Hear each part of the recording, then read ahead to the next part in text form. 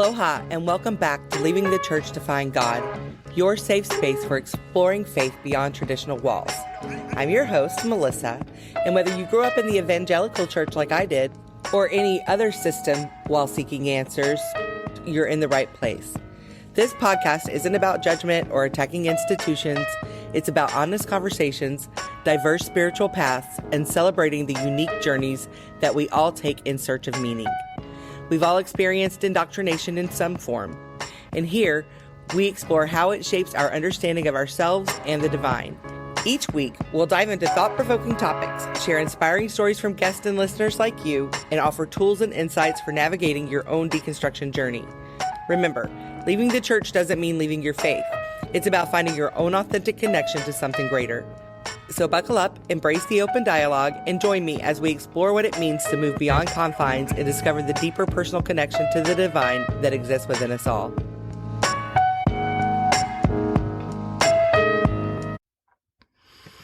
Aloha, God Potters. Welcome back to the pod. So, today I'm very excited to talk to you about this project I've been working on, the 90 Days of Play. If you follow me anywhere on social or are a part of my life, then you probably know that I'm doing this and that it's amazing. So, what is it? 90 Days of Play is something that I was inspired to do recently when I just had the realization of how we try to do so many habits in life to improve our human, right? Like we've really gotten into this, like perfect your human. Don't eat anything unclean. Don't breathe anything unclean. Don't do anything unclean. Drink your lemon water first thing in the morning. Turn around 15 times. Write 5 pages of gratitude.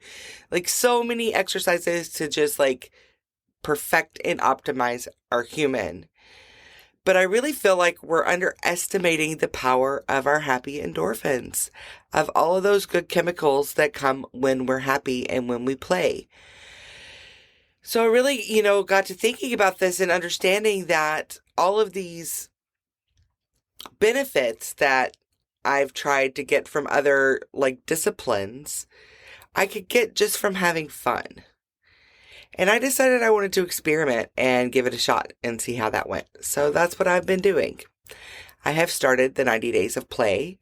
And as I started writing about it and building up a page on my website, it just all started kind of coming out week by week, what we would focus on, what would happen, and it's come together really beautifully. I personally am in week 3. I started on the eclipse. I knew that was good, fresh start energy for myself and for the collective. So that's when I started it, but it can be started at any time. It's designed to be able to start at any time. It doesn't have to be a specific 90 days. I just wanted to pave a path so that anyone who wanted to join would have a path to walk down that's already cleared for them and for myself, really, just to do this. I felt inspired to do it. My soul leads these days, so that's what I'm doing. And it started with week 1. I added a timer to my phone that at a time when I knew I would be in transition from work to my car or before leaving for work, I went through and through my schedule and set a timer on my phone for a time when I knew I would be available to stop what I was doing. So what happens is when that timer goes off, I stop what I'm doing and I burst into spontaneous joy. I play in some way or the other. A lot of times this looks like music, like putting on a fun song and dancing my heart out. Sometimes I forget or get my timer off and I'm driving down the road. So I'll just turn up a song that I love to belt out to and sing at the top of my lungs and just really get into it. One day I felt like dressing up, so I put on a beret and red lipstick and dramatic eyeliner and pretended to be French and sang French songs and listened to French music. Because I remembered as a kid I loved to play dress up. One thing that's been really fun is skipping. I can start skipping around the store that I work in or around my yard or just wherever I'm at, and skipping immediately brings me back to my childhood self. So there are lots of ways that I do this. Week 2, we've added a second timer.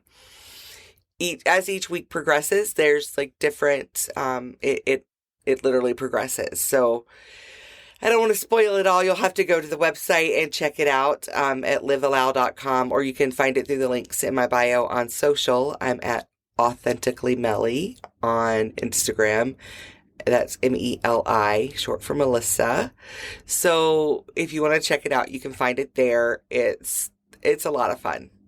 So first, what happened when I made this commitment to myself? It was like something unlocked inside. Like my inner child just got really excited. I think first of all, because I've built a really good relationship with myself, and the fact that when I give my word, I keep it. That's really important. That has become very important to me, not just having integrity with others, but having integrity with myself. So I've done this enough that if I commit to something, I know I'm going to do it. And I've built that trust within myself. So when I made this commitment to just give 90 days to prioritize play in my life, my inner child lit up in a way that I did not expect. I didn't expect it, first of all, because I've added play in my life a lot over the last couple of years, especially, really focused on joy, never really looking at it under the lens of play, but adding joy and doing fun, playful things. So this has become a regular part of my life. So I didn't expect this big reaction from my inner child. But when I made this commitment to do this, I was giddy. For a solid week and a half, giddy. Like, just couldn't stop bouncing around, happy, playing, just having the most fun. Then I kind of went into like a deeper, more reflective state. And I do follow along with the moon cycles. My body is on the moon cycle, and it does make sense in the cycles of the moon. The first couple of weeks are more energetic, and then things kind of start cycling down and getting into more reflective state. So in correlation with my cycles, this makes sense, but also some things started to come up. I've been processing through a lot of big things in my life continuously for a while now, and processing wounds and different blocks and different things that come up. So this heaviness came up, and I was like, I don't want to play. When the timer would go off, I'd be like, no, I don't feel like it. I'm sad. I don't know why I'm sad. I just don't want to play. But I would do it anyway. I don't force my inner child to do things that feel unsafe or opposed to what is asking me, unless it's something I know is really what we need to be doing. But in this case, it felt clear that this is inner child work that I'm doing, and so it was important for me to not try to force my inner child into this spontaneous joy when that wasn't what I was longing for. So I took these moments to go into more of a nourishing play. Doodling on paper, making drawings, coloring, making mandalas out of sticks and leaves outside in the yard. Just things that were more introspective and nourishing and quiet and meditative, but also things that I enjoyed, not only as a child, but as an adult. Any kind of creating I get excited about. So I really honored that. So if you hear this like 90 days of play, that just doesn't feel like me, or that doesn't feel realistic, just know that it can be what feels right for you. But understanding the importance of prioritizing play and prioritizing joy in our lives. It's really interesting to me because when week 2 started, my favorite podcast, of course, other than this one, my favorite podcast is We Can Do Hard Things, with Glennon Doyle and Amanda Doyle and Abby Wambach. And they released 2 episodes in a row, but released the first one 2 weeks into this challenge on fun and how to have fun. And so it was 2 episodes of this, and so much of it was in alignment with what I'm doing. And I love that. And for me, that's always confirmation, because I believe that, energy comes in waves, especially with ideas and inspiration. And we have the option when that wave comes through to either jump on it or wait for the next one, or whichever one feels right. But that if we jump on the wave, we often find further down the way that there's other people riding that wave as well, and energy works that way. Back when I used to have my chocolate banana business, people would tell me that all the time. They'd be like, right around the time that I saw you, I had been thinking somebody needs to do a frozen chocolate banana business here. And I heard that so many times. And I believe that because I believe that that's how it works. Like the energy comes through and it's not necessarily our idea. It's an idea that's coming through that we get to choose when it comes to us if we want to implement it or not. So when I saw that the podcast was on this subject, it really for me was validation and confirmation that this is a movement. This is something that is beneficial for everyone. Why? Why is this beneficial to everyone? Well, first of all, if there's so much medical research that talks about stress and the effects of stress on our bodies and how hard stress is on us, on our health, on our mental health, on everything. Even if you want to go into productivity. For me, this isn't about productivity because I have chosen to no longer live my life based on whether or not, or my self-worth based on my amount of productivity. I feel like that is opposed to my core beliefs and how I feel that humans are meant to be operating in the world. So I don't go into that hustle culture productivity, but it is very, very well documented that raising these endorphins that make you feel good, these happy chemicals will make you more productive. Now, if you've ever done any work with Tony Robbins, he does this like activating exercise to get him in this focus mode, which does work. It does get you into focus mode. I don't do those exercises myself because I feel like the focus is coming from adrenaline, which is more of that hustle culture. And not to say that that's what he's doing or what the experience is meant to be happening, but that was my experience when I did those exercises that got me operating in this productive focus space because it was using adrenaline. But when I do these happy things, when I get up and dance, I am more focused and I am more productive, but not because of adrenaline, but because of all the feel-good endorphins that are coming up. Not the survival endorphins, but the feel-good endorphins, all the dopamine and serotonin. And I, have ADHD. So dopamine is a big thing that I depend on for focus and for being able to make things happen in my life. So it has made me more productive. And if that's something that you're looking for, it's there. But I don't want to promote this as a way to be more productive because there's just so much more to it than that. But it's also good for my health. It's better for my health to have those happy chemicals flying around and not those stress chemicals. I know it's very scientific the way that I'm explaining it. Oh, yeah, I just woke up this morning and decided now is the time. It was the time to record this. So here I am, authentically me as per usual. So another reason why is because it's brought more joy to my life. It's kept me in a more lighthearted space. It is just made joy the focus, happiness the focus. And when I'm feeling kind of like, bleh, I don't even have to wait for the timer to go off. I'm just like, ew, why don't I just get up and make some silly movements and just stand up for a minute and shake my body or do something silly, make some silly faces in the mirror or just make some silly sounds. Or the other day, my alarm went off. I live alone, so I'm no stranger to walking around the house in my birthday suit. And I also am no stranger to dancing around my house maniacally. Two of my favorite things to do, in fact. But I haven't quite combined them before, and I didn't even realize that until the other day I was getting in the shower and my timer went off. So I was like, well, here I am in the birthday suit and just went crazy, like dancing in the middle of my living room. And it was so much fun. I can't tell you like how much fun it was. It was so liberating, and it just brought so much joy.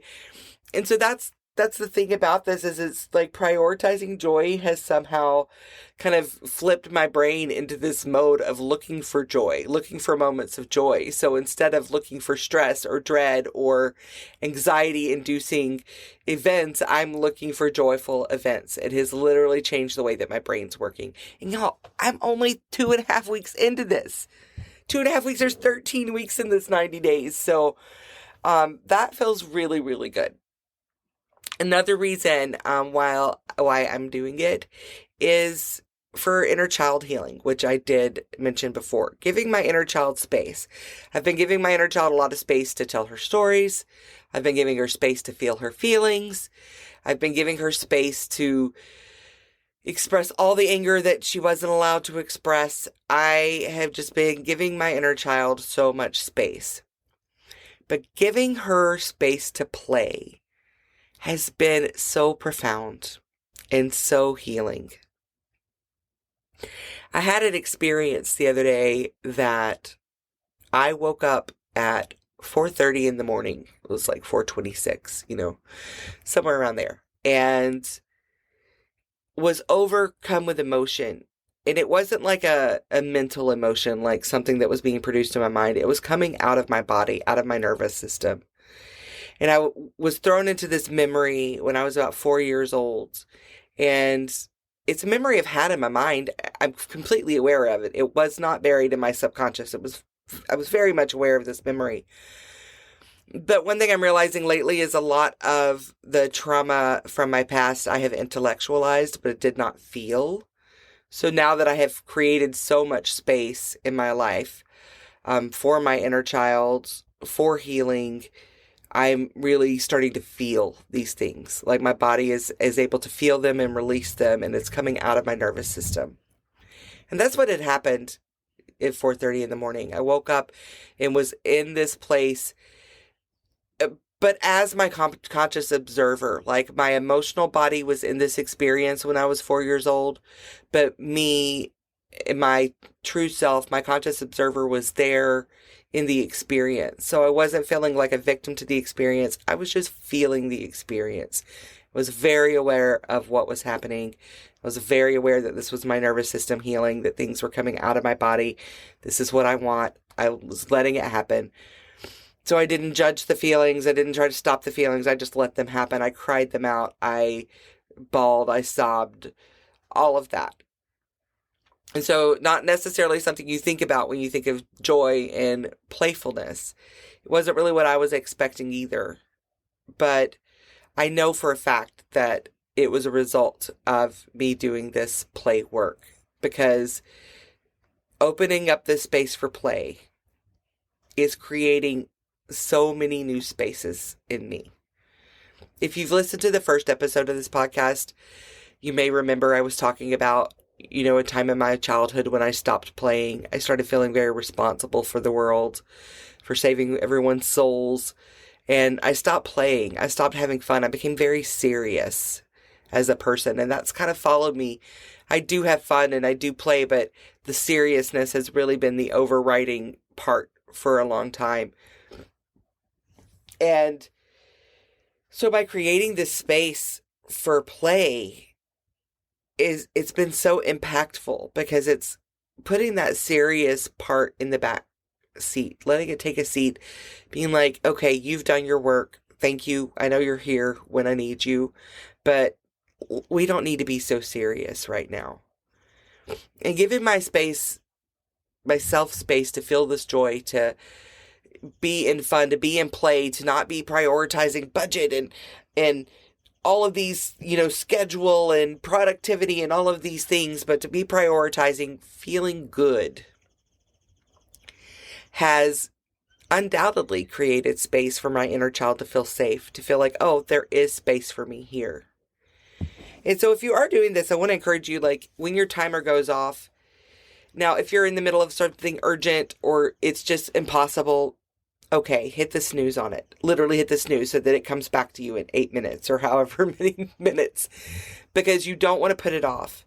Because what that's going to do is send the message to your inner child that you're not ready to give them space yet, that you're still being an adult. You have to do the adult things, and that this playfulness, this child self is just on the back burner. But when you stop what you're doing, if you're organizing or paying bills or whatever the thing is that you're doing, when you stop it and you play, it signals to your inner child, I am prioritizing you. I'm prioritizing our joy. I'm prioritizing our happiness. I have created space for you. And in that space, your inner child will show up and heal. It will show up in play. It will show up in cry. It will show up in heal. I'm saying this with confidence because I just see how clear it is for me and how it has worked out. Do I know this for a fact? No. I only have my own anecdotal experience. I'm not making a guarantee to you for anything, but it all makes sense. Knowing this work, knowing myself, knowing my childhood self, it makes sense. And it's how it works. This is how this inner world works. When you make space, that space will be used well and for your benefit. So, making this commitment to myself, prioritizing this play, it has allowed for some inner child healing to come through that I wasn't quite expecting. And I know that it can seem so frivolous and so futile, but I just gave you all of these reasons of why it's not frivolous and why it's not futile. But something that I know that it's come up for myself and for other people is that how can we play? How can we have fun when there's all of these children who are suffering in the world? When there's children that are starving and being bombed and oppressed and across the world, even here in the United States, there's just so much suffering. It's we feel this need as adults, we have to make things right so that there's no more suffering. But I invite you to consider that if those children were in your position, would they continue suffering or would they want to play? What we have right now is a privilege.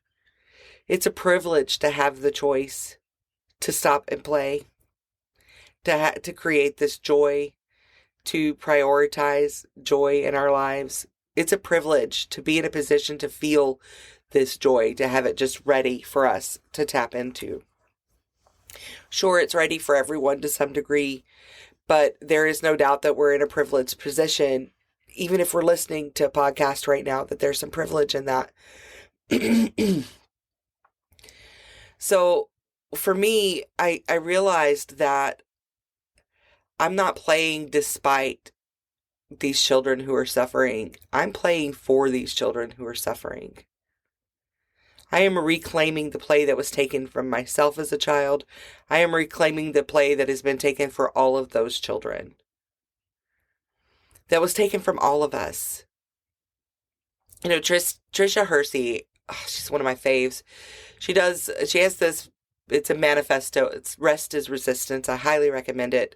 I will talk about it over and over again. It's just the best thing for anyone who's wanting to escape the matrix of hustle culture. And it talks about, white supremacy and how productivity and hustle culture has stolen rest from us. And, I don't want to do a disservice to her work, so I recommend that you go into it on your own. But I'll invite you to consider that our play has also been stolen from us.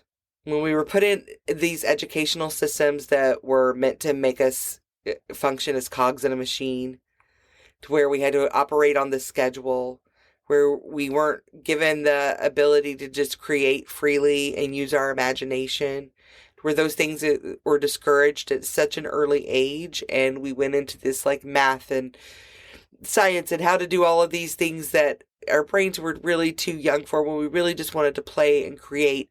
But that was taken from us so that we could become part of this capitalist machine that we live in.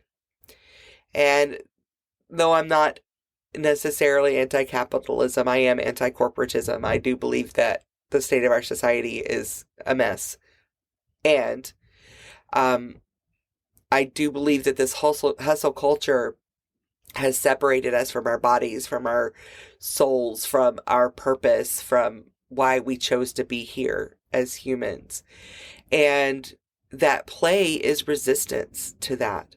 By taking that play back, it's owning what was taken from us. I believe that if we hadn't been told at any point in our lives that we had to stop playing and grow up, or hadn't been given adult responsibilities as children, if we hadn't been forced into this transition, that we would have just continued to play. Sure, we would have done other adult things, but that play would just be a natural part of our lives.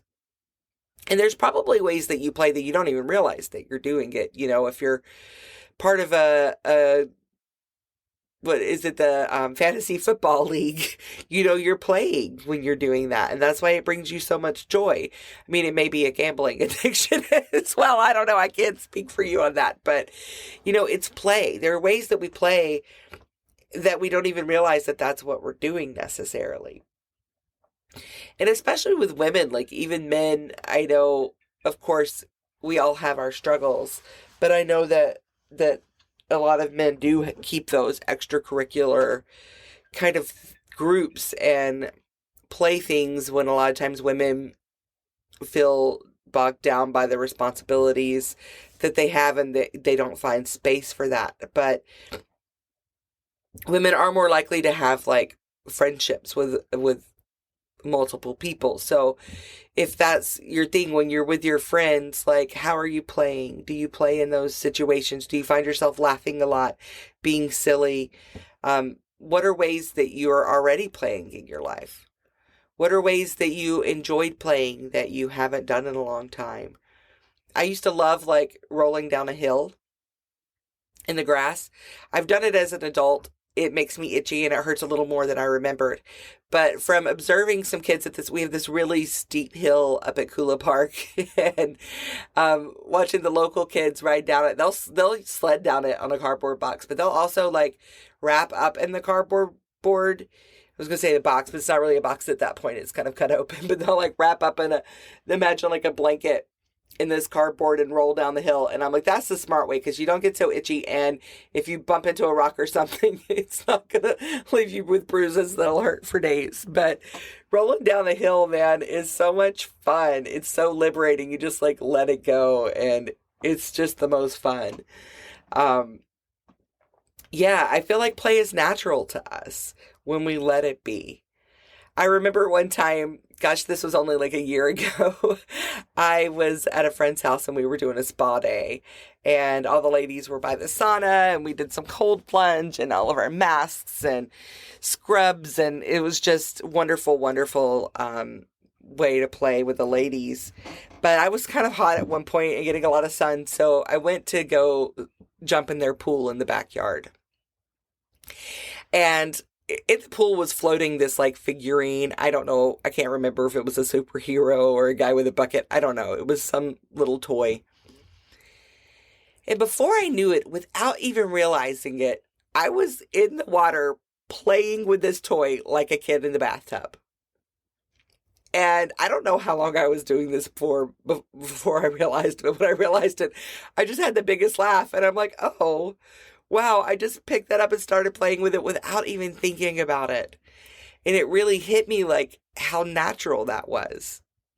And I'm a grown woman, like, to just pick up that toy and start playing with it, and that's really something that I've been thinking on. It's how natural play is to us when we allow it. So there's just been so much inspiration for this. I think about the heaviness of the world and all of the things that are going on right now in politics, and just things are tough. It's tough to see. We have exposure to a lot more information than we're used to, and being able to see the disparities of the world, it can be really hard on the psyche. It can be really hard on the soul. But also I believe in the law of attraction. And I believe that where our focus goes, energy flows. I believe that which we resist persists. I believe that when we raise the vibration, we raise the vibration. And so in thinking of law of attraction, Mother Teresa is known for this quote, and I'm not going to, this isn't the exact quote. I will go ahead and admit that I'm probably not getting this perfect, but Mother Teresa had been noted for saying that I'll never go to an anti-war rally, but if you invite me to a pro-peace rally, I will be there. And that's what this is. This 90 days of play is my pro peace rally. And that's why I don't want it to end. That's why I hope that more people will join on, and this 90 days will continue until somebody joins that, and then that 90 days will continue. And this can just become us raising this vibration and bringing our attention to what we want more of, which is fun and enjoyment and fulfillment and laughter and play. We want more fun. We want more joy. So, I could sit there and continue to scroll and watch the things that make me feel awful and helpless and wish that I was independently wealthy so I could be protesting all over the world and not have to worry how I'm going to fly to get there or anything else. But I could instead just really, really enjoy my life and really, really enjoy my time and create as much fun and joy as possible and understand the way that energy works, and that the more joy and the more fun we make, the more joy and the more fun there will be for everyone. That we can raise the vibration of the planet by being more joyful. And notice I did not say by drinking a lemon water when you first wake up in the morning, which sure, if you want to do that, that's great. Or writing 5 pages of gratitude when you wake up in the morning, or, doing your green juice and 2 hours of meditation and then your yoga and then, all of these disciplines, there's nothing wrong with the disciplines. Do what feels good. Discipline, great. But what good does it do to perfect our human when our human did not come here to be perfected? Our human already knows that it was born perfect. Our soul is perfect.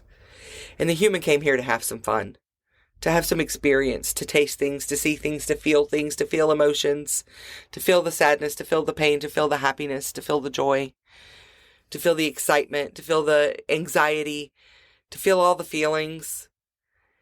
And I really feel like we've neglected, many of us, including myself, starting with myself, have neglected the joy feelings, the happy feelings.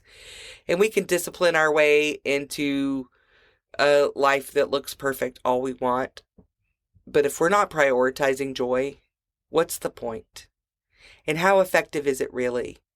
Is the stress that I feel from missing my writing out my morning gratitude, or from forgetting to do my lemon water in the morning, or from not being able to fast for 36 hours straight and eat for 12 hours, like that for me is stress inducing.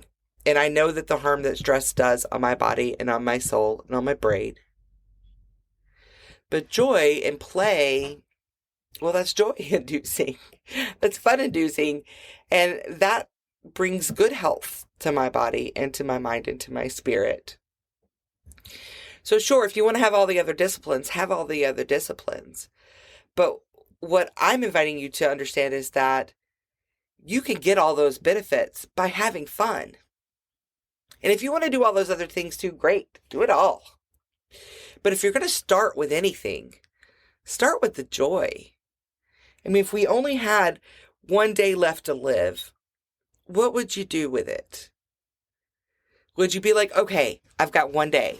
If I don't eat any calories and I exercise for like 6 hours and I meditate for like 2 hours and blah, blah, blah, blah, blah, then at the end of my life, I can be a little more fit and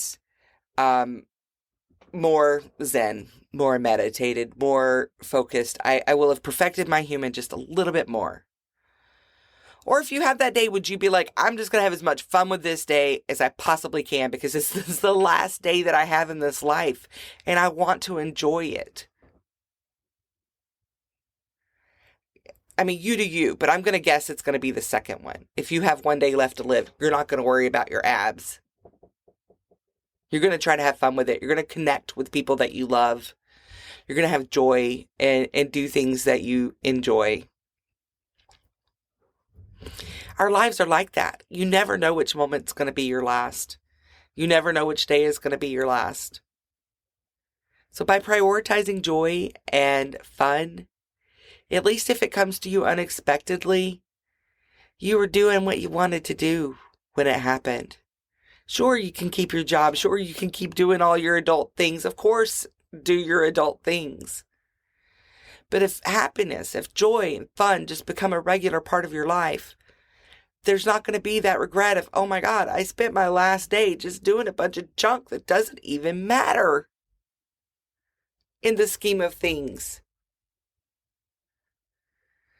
Are we going to spend our lives perfecting our humans? Or are we going to spend our lives enjoying our humans? I don't know about you, but I'm going to enjoy mine. I know it when my neighbor's daughter comes over to play Naya. She's the best. She loves to come and visit me on Sundays. A lot of times I work on Sundays these days, so I miss her, which makes me kind of sad. But whenever she comes over, before starting this challenge, I would make it a point, if at all possible, to stop what I'm doing and play. And I like to ask her first, like, what do you want to do to play? Because she has great ideas. But if she doesn't have something picked out, then we'll paint or we'll go do something in the garden. We'll do something fun outside. But I love this with Naya because when I come into presence with her, like, it's easy when kids come around to, like, adult them, to watch them, or, you know, to keep them safe, to be the adult. Even when, like, we're watching kids or babysitting or whatever, to keep them occupied and be the adult while they're over there playing. But I really try to make a point when I'm with children to be present with them, to, like, get on their level and to play with them. Not play with them like to entertain them, but play with them to play, to have fun. And when I'm with kids, we'll build forts, we'll have races, we'll play hide and seek, and I enjoy it. I laugh, even though I know I can run faster than any of them. I make my tiny little Fred Flintstone steps, and I laugh and have the best time doing it. When Naya comes over to play, we could color or we could go make something with the leaves, and I'm going to have a lot of fun with that. And it really reconnects me to that childhood joy, to that childhood self. But Naya is so creative. She one day brought me an envelope she had colored paper, made it into an envelope, and filled the envelope with all these pretty little flowers from around her yard. And I still have it, and the flowers have dried in the envelope. It's so special to me because it's just so beautiful. Like, this is our childlike beauty. You know, she went through all of this to make a little envelope to hold flowers. Look how beautiful and simple is that. You know, playing doesn't have to be complicated. It can be so easy. It could be, again, like if you're in an office and your playtime comes up, like sit next to your cubicle mate and play some tic-tac-toe and get into it. I would say hangman. I don't know if we're still doing hangman as that. I would think that that's probably offensive to somebody at this point, but play some hangman if you feel good about that, or maybe we can call it something different and make it less violent. I don't know. Make some paper airplanes and have a race throwing them across the office. Go outside on your lunch break and sit in your car and scream and sing at the top of your lungs, or scream if that feels good. Like, there's so many ways to play. This challenge doesn't have to be a challenge. The only challenge is making the commitment to do it and keeping the commitment. The play itself is not challenging at all. It's so much fun. If you want to see the ways that I'm playing or see more about this, there's a highlight on my Instagram where I'm putting on my 90 days of play stuff. There's also a link in my bio on Instagram that will take you directly to the page on my website that goes into all of this. You could go straight to the website and check it out there. If you are going to play, please, please, please share it with me. Hashtag 90 days of play, 90 days of play challenge. I'm following it because I want to see who's joining. I want to see what you're doing. Maybe you can give me some ideas for playing that I haven't had yet. We can all give each other some ideas. You know, join the fun. Join the fun. But even if you don't, just for the sake of yourself, for the sake of energy, for the sake of the planet, like, have some fun in your life. You know, make some way for fun. If you are following along on the website, there is a 90 days of play tab, and on that page each week has a block that you can click on, and it will take you to a blog post about what to do for that week, what timers to set or some ideas. Each week goes into different aspects of play and kind of deepens that. I'm also doing some blog posts on my own experience as I go through this. I've had some very profound experiences happening already. So I'm keeping up with it all there. If you're interested to follow along, it's all available for you. If you are following on the website, just know if you click on a week and nothing comes up, it's because I haven't hit that week yet. And the weeks are scheduled to publish on my schedule because I know nobody's going to be ahead of my schedule because I started it. So it's on my schedule. So if you go to click on a week, just come back when that week begins. Or when you're into that part of your journey, and it will be there waiting for you, I promise. And yeah, this was a rant. Thank you for listening. Thank you for being here. I hope that you understand this and what it is and why I'm doing it. If you don't, that's okay. You don't need to. I hope that this has encouraged you to invite more joy and play into your life. I really, really hope that you've decided to join me on the 90 Days of Play Challenge.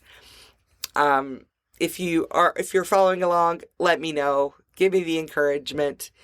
If you haven't yet, I'm going to ask you again on the outro, but in case you skipped that part, please follow along on this podcast and subscribe wherever you follow along. Leave me a review, especially if it's going to be a 5-star one. If not, that's okay. You don't need to. But it helps other people see this. The more people that follow, the more downloads, the more reviews, the more people this podcast is going to be shown to. And if you're listening to it, then I'm going to guess that you're finding some value in it. And if you're finding some value in it, it's likely that others will too. Oh yeah, and share it. If there's an episode that you love, share it with your friends. Share it with people. Get it out there. As much as I am 100% doing this for myself, I also love to share it with the world. So thank you again for being here. Thank you for listening to me on my morning rant. Fresh out of bed, no coffee, no breakfast, just doing this because play is the priority. I love you all. Thank you so much for being a part of my world. And I wish you all the best on your journey of play. Aloha. Thank you for joining me on this journey. If you enjoyed this episode, the best way to show your support is to subscribe wherever you listen to podcasts. Also, share your thoughts by leaving a 5-star review. It really helps more people to find this space. Want to go deeper? Head over to my website at leavingthechurchtofindgod.com. There, you can make a donation and make sure that we continue to have these conversations. No matter where you are on your spiritual journey, if you or someone you know would like to join the podcast and tell your story, please reach out to me on Instagram at authenticallymelly. Remember, you're not alone on this journey. Keep exploring. Keep asking questions and keep finding your own unique connection to something greater. Until next time, stay authentic, stay open, and aloha.